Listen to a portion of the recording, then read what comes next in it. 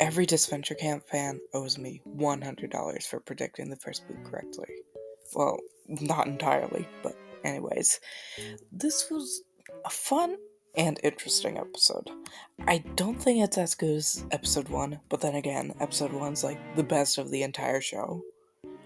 But there's a lot to dig into here, but since you're all probably here for one thing, let's talk about the elephant, or maybe the bird in the room. Jake, Tom, and Aiden, and James. So, let's get something out of the way. What is the plan for the storyline further throughout the show? There are multiple paths to take this. While Tom knows Aiden's taken, he could develop a genuine crush on Aiden, since the intro is pretty suspect. Who is he looking at? Because sure as hell ain't Jake. It could be a false flag, though. Tom and Aiden seem to be forming a clear bond, and I think it'll strengthen in episode 3 with James being gone. So the path on whether or not it could be a one-sided crush or just a close friendship is just currently debating in my head. However, we have to talk about Jake of it all. Jake. He's controversial. Either have him as your favorite character of all time, or he's your least favorite with a burning passion. I am on the first end of the spectrum, so what I say should always be taken with at least a grain of salt. But man, the way he's still getting manipulated, even in All Stars, is genuinely so crazy to me. That sly dog, Alex, swooping in and planting seeds in his head, which eventually make him not very level-headed.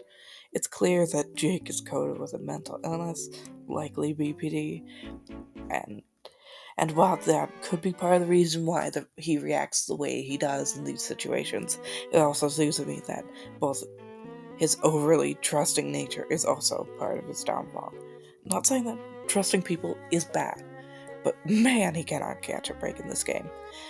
This will likely start a one-sided enemyship and or annoyance from Aiden's side, but we also have to talk about James.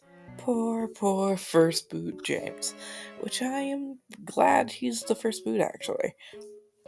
He had a story throughout season 2 that was wrapped with a bow, and he didn't have a clear storyline that needed to be told, which is fine. He fought well, but unfortunately, first boot. He could be the comeback character, however, I highly doubt it. Now, on to other things that aren't as interesting, nor do I have much to say, but I still want to talk about. Gabby, Tom, and Ellie seem interesting. Obviously, Gabby would take her girlfriend over Tom, but she seems irritated at both sides of the conflict. I'm excited to see where this will go. Yule and Gret are kinda cute, actually. Alec is playing it safe, but still using his villainous ways and still defending Fiore. He truly does want that connection back. I can't tell if that's really sad or not. Hunter and Allie's relationship sucks. The rest of the characters who don't have a particular storyline will have theirs revealed in the next episodes, if I remember correctly. So, thanks, JPEG. Anyway, that's all I have to say. That episode was a 9 out of 10, and probably the standout character was Tom. He was honestly hilarious, and the fact he's so avoidant with Jake is both depressing and makes me laugh out loud.